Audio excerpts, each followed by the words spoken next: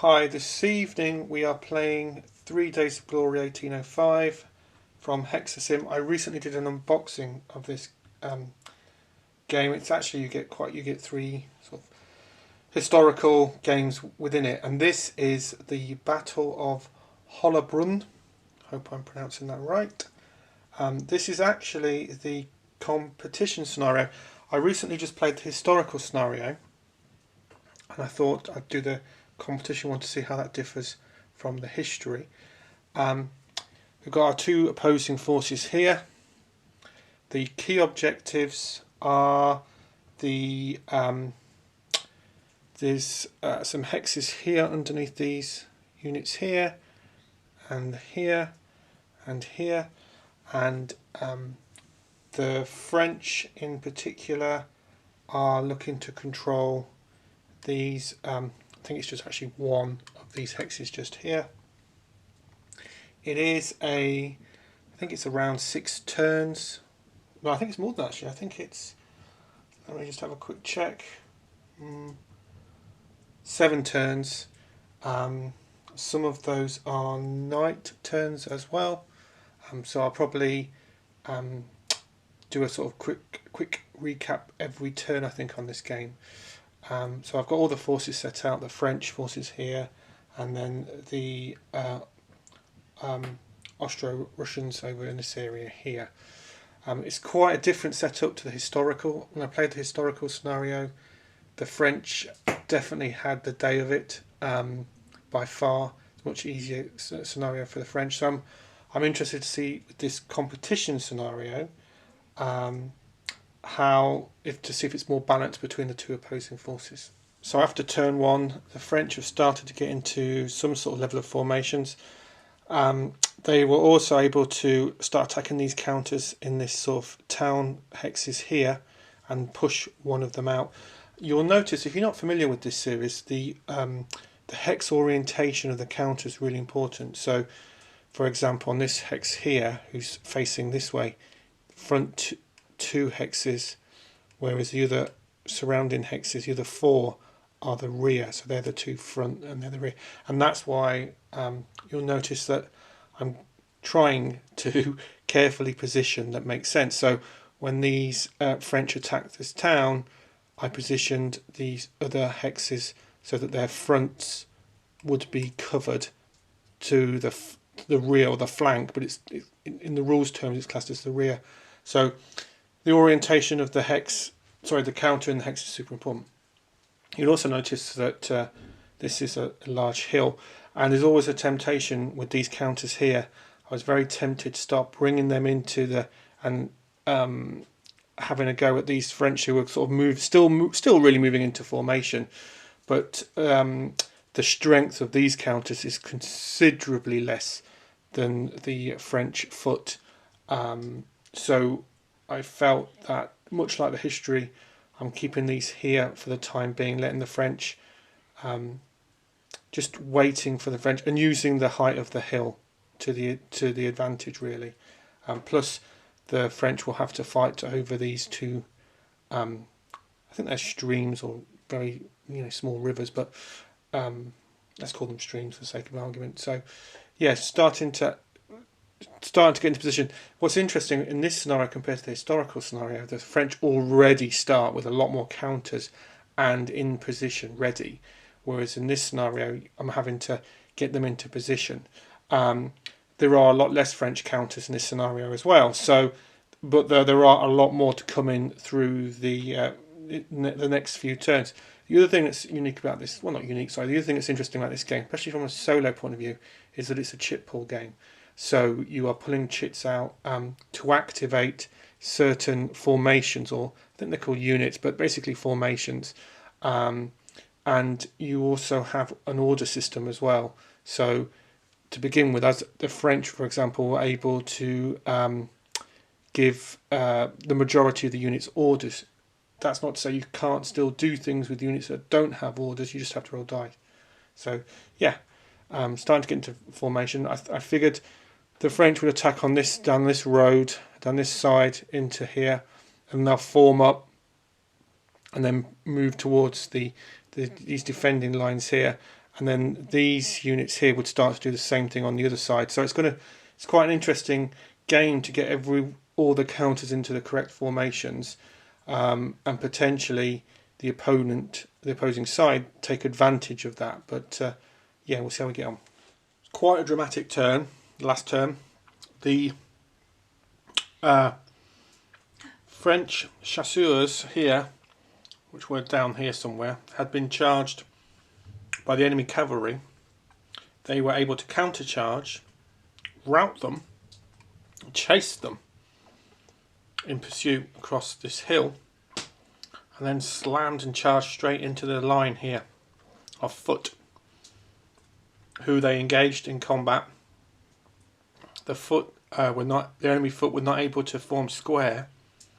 They moved them back, and they are in a bit of a predicament now, as they are sort of almost surrounded by the enemy, as is the nature of cavalry. Chase off after the enemy, routing enemy.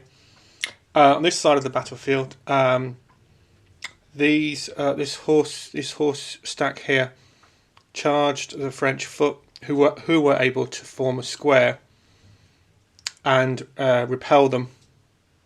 Sometimes in the game, infantry being in a square can be a nice target for the opposing foot, but they're still not strong enough. This is a quite a good, yeah. I mean, it's guards, so it's even in square, they're a tempting target to break out formation and engage, but decided against it. The odds wouldn't be in their favour at all. The rest of the units starting to form up. This horse units here, French horse, forming up just to oppose these opposing horse units here. So yeah, it's quite. And some of the enemy have routed. So the French are making progress, moving up the hill. There's quite a lot of drama. That was quite good fun. I'm pretty sure I got the rules right how that works, but it was good fun regardless. So yeah, they're having quite a hard time of it on this here anyway. So yeah, just completed turn 8 of 12. So 4 more turns left to go. The French are having a hard time of it. Their cavalry was routed all over there, routed past the hussars. I bet they must have thought, what on earth was happening? And they have been able to move some foot up though and start engaging this line here. This side just basically having to gather themselves back together before they start attacking here, ready for the next turn. The French have started to move up their heavy cavalry here, and there's some more cavalry here. Definitely having a much harder time of it in this scenario than the purely historic scenario. I think by this point in the historic scenario, they sort of were well and truly breaking through this line here. So, yeah, it's quite an interesting, engaging story. We've got some enemy. We've got some horse here, ready to charge into the rear, though. So, yeah, we'll see how all this sort of shakes out. Definitely the French finding it much harder to break through this line here of enemy on top of this hill. So, yeah, there you go. Good stuff. This is a real fun. It's an interesting scenario. Because of the, like I said, the orientation of the units in the hex is so important. Once or twice the French have come unstuck, and simply because of that, and in fairness, they've had some incredibly bad die rolls as well. So, yeah, we'll see. And another turn done. The French, these grenadiers here, have been able to make great progress on their objective, breaking the line, pushing the enemy back. Because of the Ezocs, they've taken casualties, the enemy have, and we've had some cavalry attempts here, but they've formed into squares and pushed them back. And the French have some more reinforcements coming up on this road now. So there are only a few more turns left, so time is of the essence for the French, and for their enemy forces, they've just got to hold them back. Just got to hold them back. So yeah, we'll see how that if that's possible. We'll see if the Allied forces can hold those French back, but could go either way. I feel could go either way. These grenadiers, I mean, the stats on those counters are really impressive compared to their enemies. So they are making short work, but more to do. So we're getting very close to the end of the game now, and the French have been able to push on these units here. These units have valiantly stayed behind just to hold them up, while these move into sort of defensive positions just to hold this last objective. But the French are making great progress. These poor units here on their own, I think French will just ignore them for now. It's one of the things that just we sort of before I do the last couple of turns, the actual game mechanics, the actual combat. And I've reviewed games in this series, so if you're interested in how the mechanics work, then check out the reviews of a few of the games in this series that I've done.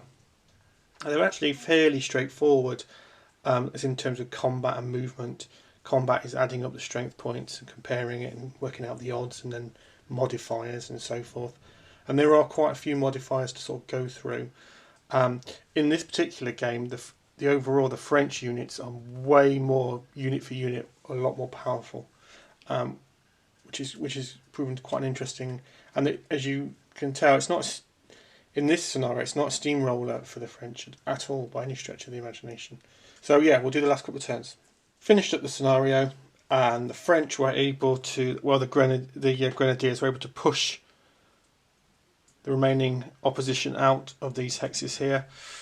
So the French pretty much got all the victory points that they and denied the opposition the same. So a victory for the French. Well done. It was a really fun scenario to play. I played this all in one evening. Didn't take too long, a couple of hours, something like that. It's quite interesting having played. So in addition to this scenario, which I've just played through, you also get the historical scenario, and they play they play similar, but it's the French have way more units. And when I played the historical version, true to life of history, they definitely had the upper hand. Although the Austrians and the Russians can just delay them, and that came through in this scenario as well. I actually wondered at one point if the French would be able to get to this area here in the end. But in the end they could. And it was really, really down to the Grenadiers that sort of managed to push through and break that line. So yeah, a lot of fun. It's a fun system. I do like it a lot. I've played there's quite a few games in this system. I don't have by any means many of them. I probably have 6 or something like that, 6 products, and some of them have multiple sort of scenarios in them, if you will. But I've played them before in the past. It's been a little while since I've played the system, so it took me a little bit just to get back to grips with it again. There are quite a few interesting, you can see these sort of order counters on here. It has an interesting order system, so basically you have to give units orders, but you don't have enough orders to give all your units orders, so you have to roll for those that don't have orders and so forth. And like I said, the sort of orientation within the hex is really important. I do enjoy that sort of rock, paper, scissors of Napoleonics, which comes through in this game, where you can be charged by cavalry, for example, if you're infantry, form a square, but then you're kind of a bit of a sitting duck to other units, and you have to sort of orientate your units quite smart. And there's no two ways about it. If I played someone who really knew this system, they would kick my ass. There's no two ways about it. But that doesn't matter. I had a lot of fun. Felt like I learnt more about the scenario, and really enjoyed it. A nice pacey. It's got a good sort of pace to it. There's a lot of decisions to make in this game. Not only where do you move the units, but how you orientate them. what units you give orders to. You know, are you going to you're going to rely upon luck at times, and you definitely have to. So yeah, it was a really good, fun wargaming evening. I would say this is sort of a medium weight Napoleonics game. It's not as complex as some, but it's don't let the small map fool you. This is not a super. It's not a low complexity game. It's a medium, definitely for me medium, and that's the sweet spot for me with war games. So yeah, really enjoyed it, and thanks for watching as ever. I will definitely play all the scenarios in this game. I might do another AAR as well. So we'll see. But yeah, a lot of fun. Really enjoyed that. And yeah, thanks again. Thanks for watching. Thank you.